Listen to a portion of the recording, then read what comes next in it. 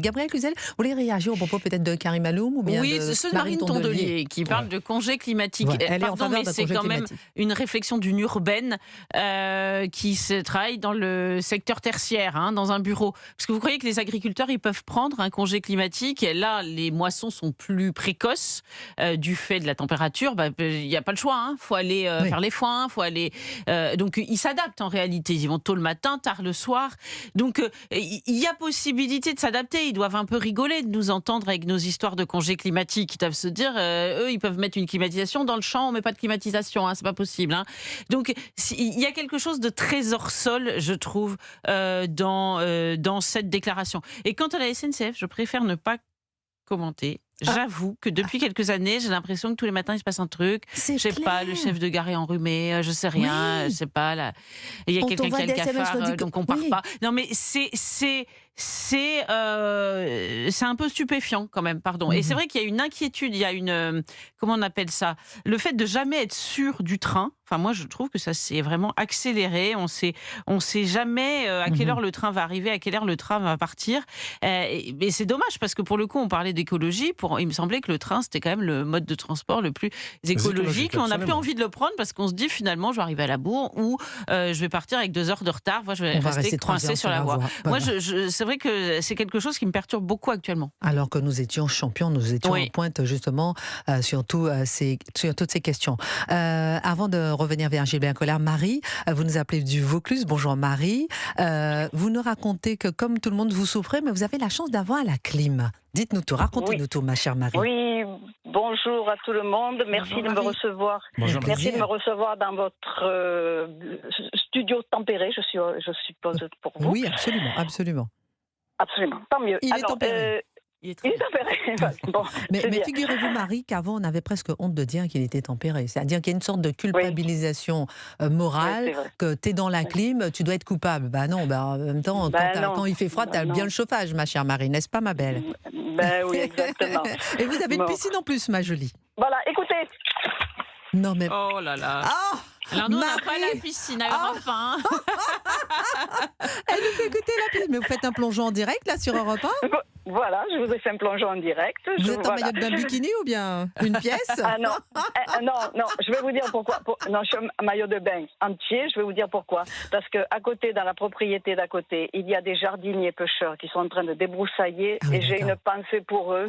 Ils ont le casque, les lunettes, ils sont harnachés et tout. Je me dis, pêcheurs, les pauvres. Et d'ailleurs, mon mari est passé leur porter 2 bouteilles d'eau parce que bien fraîche, parce que franchement, on a beaucoup de chance quand on a pu mettre la clim. Il n'y a pas longtemps, il y a 15 jours qu'on a pu installer la clim. D'accord. Donc c'est quelque chose vraiment de très récent que vous avez décidé par rapport aux canicules récentes des années précédentes. Exactement, oui, voilà, exactement. C'est un truc qu'on a pensé. Et je voulais donner un petit truc aux gens. Avant, j'avais pas la clim, donc je faisais comme je pouvais. Donc moi, avant, quand il faisait très chaud, je prenais une douche avant d'aller me coucher. Et quand je partais me coucher, avec la serviette avec laquelle je m'étais essuyée, je la prenais et je la mettais sur mes jambes pour toute la nuit. Elle n'était pas trop mouillée, elle était juste humide. Vous voyez, juste humide. Et je vous garantis que pendant quelques heures, vous êtes très, très bien. Très bien. Merci pour les conseils. Il n'y a pas de restriction d'eau dans le Vaucluse, ma chère Marie? Je taquine un peu avec votre piscine. C'est ce qu'on va vous dire. Vous avez une piscine, il n'y a pas de restriction d'eau, vous êtes sûre? Oui, je sais, il n'y a pas de restriction d'eau. Mais par contre, je vais vous dire, donc je suis à Roussillon dans le Vaucluse, et à Roussillon, la terre est rouge. Donc la réverbération est énorme. Donc je pense à tous les pauvres gens qui sont obligés de travailler dehors, qui doivent souffrir, je ne vous dis pas comment. Donc une grande pensée pour eux. Et puis je voulais vous donner aussi un petit conseil à tous les gens. Faites attention, il y a beaucoup de guêpes et avec la chaleur, elles sont très très agressives. Je me suis fait piquer hier soir. J'ai le bras qui a triplé de volume. Donc faites bien attention, elles sont très très agressives. C'est la chaleur qui les rend agressives. Oui, merci beaucoup ma chère Marie. Merci d'avoir partagé ce petit plongeon, ce petit plouf avec nous en direct sur Europe dans votre piscine du Vaucluse. Merci Gilbert Collard, je reviens vers vous. Et si on voit Marie qui a la clé clim. Avant de marquer une pause, mais on voit Marie qui a la clim.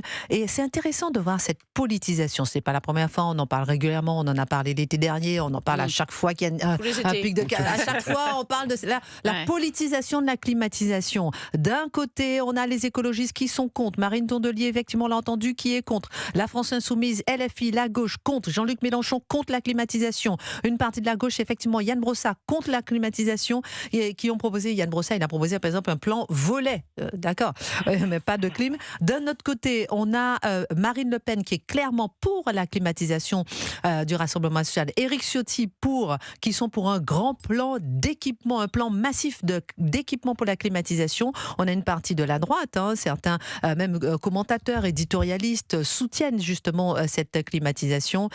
Ou du côté des macronistes, certains sont nuancés, certains sont pour la clim, d'autres non. Comment on en est arrivé, Gilbert Collard, à politiser la climatisation à ce point-là? Comment est-ce qu'on en est là? On est tous des êtres humains, on a droit à un minimum de... Mais c'est même pas du confort, parce que là, on a des morts. Mais c'est le vide. On est dans un vide de la pensée qui est terrible. Alors, chacun à la tête de son mouvement politique, chacun à la tête d'une obligation de prendre la parole, essaye de transformer en idéologie des banalités. Oui. Il fait chaud, on met la clim. C'est comme si on débattait sur le fait de faire un courant d'air, quoi. Est-ce que le courant d'air est éthique? Voilà, bon. Mais un de ces 4 matins, on aura le débat. Enfin, moi, je vous le dis comme je le ressens, il y a un tel vide sidéral de la pensée, il y a une telle pauvreté de l'idéologie que tout est matière à idéologie. Voilà. Un de ces 4 matins, on aura un débat sur le courant d'air. Bon, vous voyez le président de la République qui prend la parole, enfin quand même, pour dire occupez-vous les uns les autres, vous comprenez, comme il y a la canicule, c'est à l'État quand même aussi, dans les hôpitaux, dans les trains, dans les écoles, dans les tribunaux, où on crève de chaud, de faire le nécessaire. Enfin, on a l'impression que l'État, les gouvernants découvrent le soleil. C'est incroyable, quoi. On est dans un monde de fous, le quoi. Manque de prévision, chaque année, à la pas même de heure, au prévision même moment, au même thermomètre, on a le même discours. Nous sommes avec Gabriel Cluzel, Karim Alloum, Gilbert Collard qui est en ligne avec nous, mais on va avoir Véronique qui nous appelle de Brest et qui est contre la climatisation. Je ferai Karim Alloum, Gabriel Cluzel et Gilbert Collard réagir à notre chère Véronique. Bonjour Véronique, dites-nous pourquoi.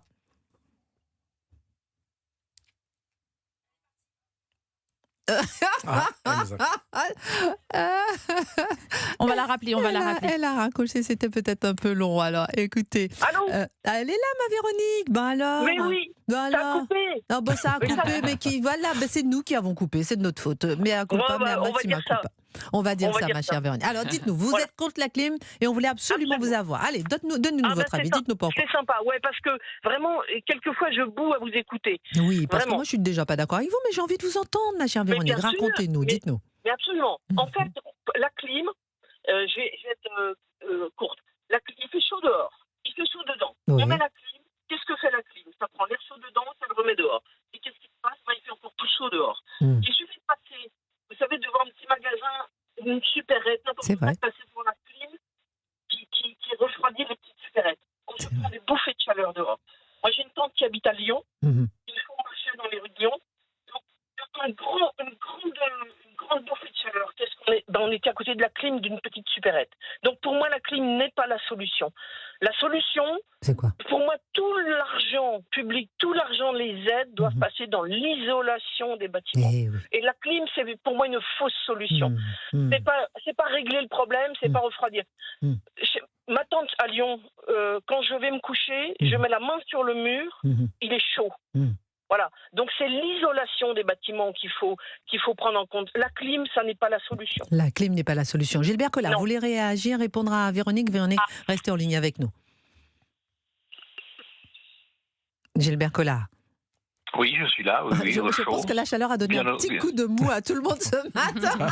Bien au chaud. Qu'est-ce que vous répondez, mon cher Gilbert Collard, bien au chaud, à ce que dit Véronique? J'entends bien ce qu'elle dit, lorsqu'elle dit que moi je suis contre la climatisation, ça remet de la chaleur à l'extérieur, ce n'est pas forcément la solution. La solution, c'est l'isolation.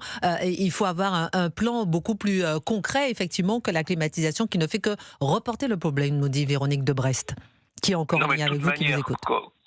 comme on s'occupe pas plus de l'isolation que de la canicule que du reste, c'est pas demain qu'on aura des bâtiments isolés. Donc peut-être que Véronique aura une solution dans 40 ans, à condition qu'on ait des gouvernants qui veulent bien considérer que le soleil existe et que la canicule frappe l'été. Mais jusque-là, si elle a envie d'avoir chaud, c'est son droit le plus absolu. Mais moi, je reconnais un droit à la fraîcheur. Voilà.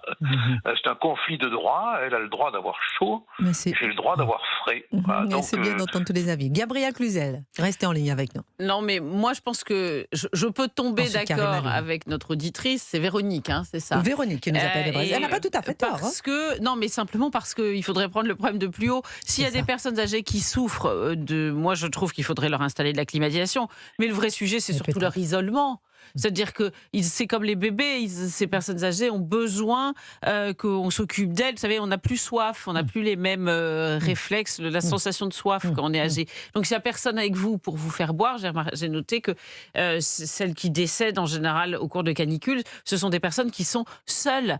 Donc c'est ça qui me semble important et c'est d'ailleurs ça qui avait profondément choqué. Vous vous souvenez de cette canicule de 2003 ? Pourquoi tout le monde surréagit ? Enfin, peut-être que c'est bon de réagir, mais en tout cas, tout le monde s'agite sans que ce soit suffisamment suivi d'actes. C'est parce qu'en 2003, vous vous souvenez de ce ministre de la Santé, Jean-François Mattei, qui était apparu en polo. Alors, ça avait été décalé, enfin, ça avait donné une impression de décalé. On s'était dit, mais comment ça, il est en polo, comme s'il allait jouer au tennis alors qu'il se passe une catastrophe. Donc aujourd'hui, les politiques surréagissent. Mais le vrai sujet, c'est aussi l'isolement, l'implosion des familles qui font que les personnes âgées sont isolées. Enfin, le sujet de fond, il est aussi là, pour moi. Merci beaucoup, Véronique, d'avoir partagé avec nous votre avis sur Europe 1 en direct. Vous nous avez appelé de Brest, vous avez dit qu'effectivement, et je suis d'accord en effet, que la climatisation n'est pas forcément la solution puisqu'elle rejette la chaleur. Et je suis d'accord aussi avec Gilbert Collard qui dit que ponctuellement, peut-être qu'il faudrait la climatisation. Vous fâchez avec personne, vous, Christine. Non, mais parce que dire qu'il faut donner la climatisation aux seniors, il faut donner la climatisation aux seniors, et en même temps, il faut un vrai plan sur le long terme. Et la vérité est souvent au milieu. La vérité est souvent au milieu, c'est vrai que voilà. Merci beaucoup de nous avoir appelés. Gilbert Collard, merci infiniment d'avoir partagé, d'avoir réagi en direct sur